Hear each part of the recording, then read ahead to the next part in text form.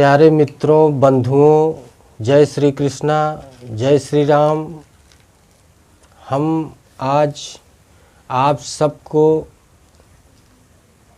श्रवण कुमार के बारे में बता रहे हैं।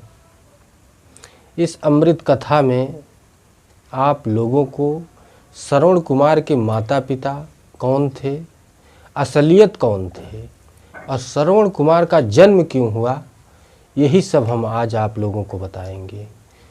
श्रवण कुमार वास्तव में उनका जन्म जो है राजा दशरथ को श्राप देने के लिए हुआ था। न उनको श्राप देने दिया जाता न उनका जन्म होता। वास्तविकता तो यही सत्य है कि उनका जन्म ही राजा दशरथ को श्राप देने के लिए हुआ था। लेकिन उनके माता का क्या नाम है, उनके पिता का क्या नाम है? उनके पिता का नाम शांतनु। श्रवण कुमार के पिता का नाम शांतनु था। उनकी एक पत्नी थी जिनका नाम रानी देवी था। उनकी माता का नाम ज्ञानवती था। उनकी माता का नाम ज्ञानवती था। श्रवण कुमार का जन्म राजा दशरथ को वास्तविकता है कि उनको श्राप देने के लिए हुआ था। एक दिन की बात है कि राजा श्रवण कुमार अपनी पत्नी से कहा कि आज शाम को तुम खीर बनाओ। उसकी पत्नी ने शाम को खीर बनाया तो पात्रों में रखकर 2 पात्रों में खीर बनाया उसने। एक पात्र में 2 पात्रों में खीर बनाया। एक पात्र में खीर मीठा था और दूसरे पात्र में खीर में नमक पड़ा था। श्रवण कुमार शाम को भोजन करने के लिए बैठे तो उनके माता पिता भी साथ में बैठे। अब देखिए, यही चीज़ है, यही उसका भाग्य अब यहीं से बदल रहा है।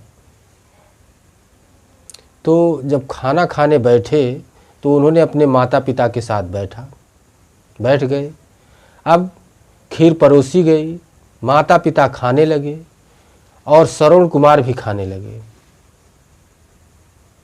तो श्रवण कुमार ने सोचा कि खीर तो बड़ी अच्छी है, बड़ी मीठी खीर बनी है। लाओ, माता पिता के वो बड़े परम भक्त थे तो सोचा कि थोड़ा सा खीर माता जी में से खा लेते हैं। सो निकाल कर खाने लगे। खीर मीठा नहीं लगा उनको। जब वो माता जी में से खाने लगे खीर तो उनको जरा सा भी मीठा नहीं लगा, वो नमकीन टाइप लगने लगा। तो सोचे कि लाओ पिताजी वाले में से खा लें। फिर पिताजी वाले में से खा लिए। तो पिताजी से उन्होंने पूछा कि पिताजी खीर कैसी लग रही है? तो पिता ने कहा कि बेटा खीर बहुत अच्छी है। अब देखिए, धर्म की बात है, शर्म की बात है। लेकिन देखिए, पिताजी ने कहा कि खीर बहुत अच्छी है। तब श्रवण कुमार अपने पिता के थाली से खीर निकाल कर खाया तो खीर में खाली नमक पड़ा था। मीठा नाम की कोई चीज़ नहीं थी, खाली नमक। तो श्रवण कुमार ने अपनी पत्नी से कहा कि रानी देवी इधर आओ। रानी देवी श्रवण कुमार के पास आई और बोली कि क्या बात है कुमार? कुमार ने क्रोध में कहा कि ये खीर कैसे बनी है कि 2 थाली में 2 तरह की खीर।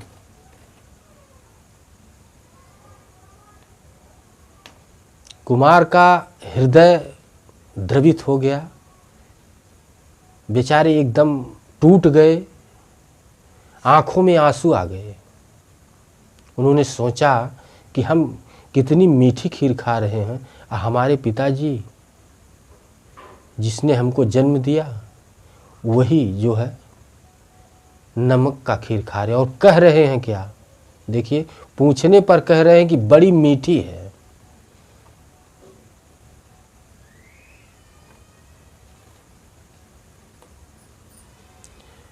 तो जब क्रोध में उन्होंने पूछा और डांटने लगे,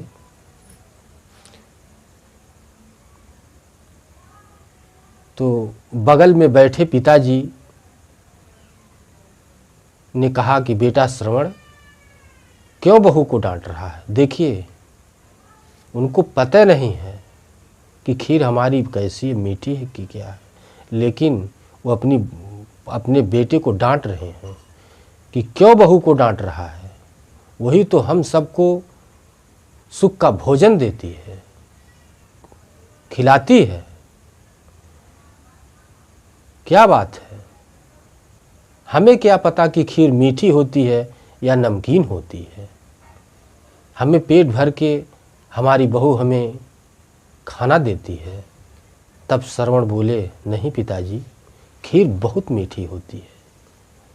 आंखों से आंसू बह रहे थे। श्रवण कुमार के आंखों से आंसू टपक रहे थे कि हमारे पिताजी को ये पता नहीं है कि खीर मीठी होती है कि नमकीन होती है। दोस्तों, सोचिएगा इस बात को, इस बात पर विचार कीजिएगा। मैं इसीलिए आपको बता रहा हूँ कि कम से कम आप लोग भी किसी भी चीज़ का इस्तेमाल कर रहे हैं तो ऐसे ही कीजिए, इसी तरह से आप भी जानकारी कीजिए। अब तो बात तो ख़त्म हो गई। वहीं पिताजी ने डांट दिया श्रवण कुमार को, श्रवण कुमार चुप हो गए। फिर भी चुप हो गए, अपनी पत्नी को उन्होंने डांटा नहीं, फिर भी चुप, शांति हो गए।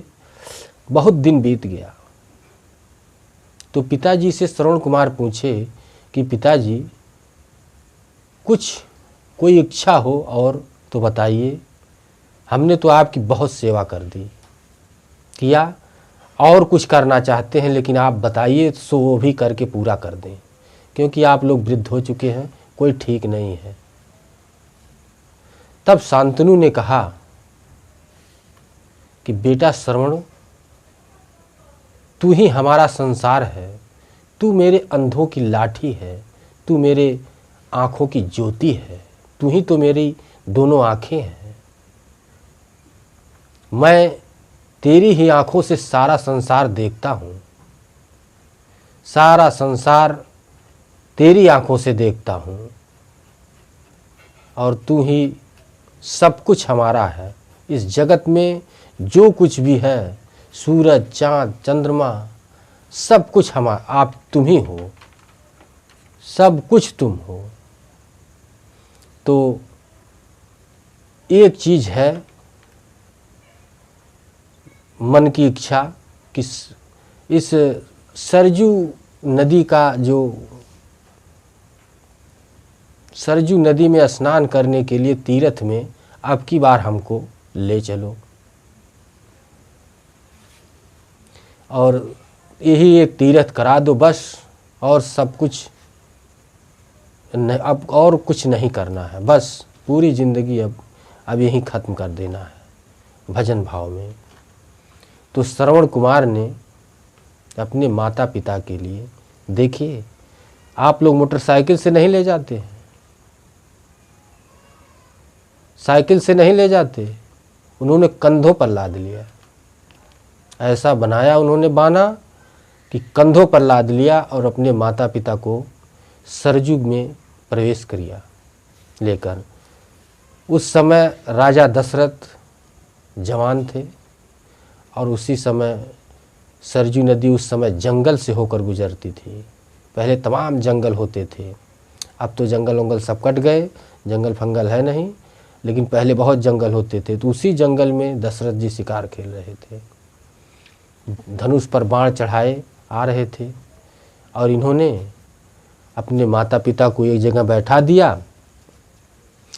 और पिताजी ने कहा कि जाओ पानी ले आओ, थोड़ा सा पानी पी लें। तो पानी के लिए चल दिए। अब पानी लाने गए बेचारे और दशरथ जी उधर बाण चढ़ाए हुए थे। इन्होंने अपने घड़े से पानी भरा और दशरथ जी समझे कि हिरन पानी पी रहा, घोड़ा पानी पी रहा है, हाथी पानी पी रहा है। उनको शब्द भेदी बाण चलाने आता था, उसी शब्द को सुनकर उन्होंने बाण चला दिया, मार दिया। अब श्रवण कुमार वहीं गिर पड़े बेचारे। अब श्रवण कुमार वहीं गिर गए, चिल्लाने लगे जब बाण लग गया, मूर्छित हो गए। कुछ देर के बाद होश आई तो दशरथ जी वहाँ पहुँचे, कहे हमसे गलती हो गई, हमें माफ़ कर दीजिए। कहे हम तो माफ़ कर देंगे, देखिए वो मर रहे हैं फिर भी माफ़ कर रहे हैं। ऐसा महात्मा होना चाहिए, ऐसा साधु होना चाहिए कि वो उनको बाण लग गया, वो मरने वाले हैं, उनके माता पिता अंधे हैं, उसके बाद भी वो कह रहे हम माफ़ कर देंगे। आज के साधु दूसरे मॉडल हो गए, आज के महात्मा दूसरे मॉडल हो गए हैं बातचीत करने में। कोई किसी को श्राप दे रहा, कोई किसी को श्राप दे रहा है। उन्होंने कहा कि हम तो माफ़ कर देंगे।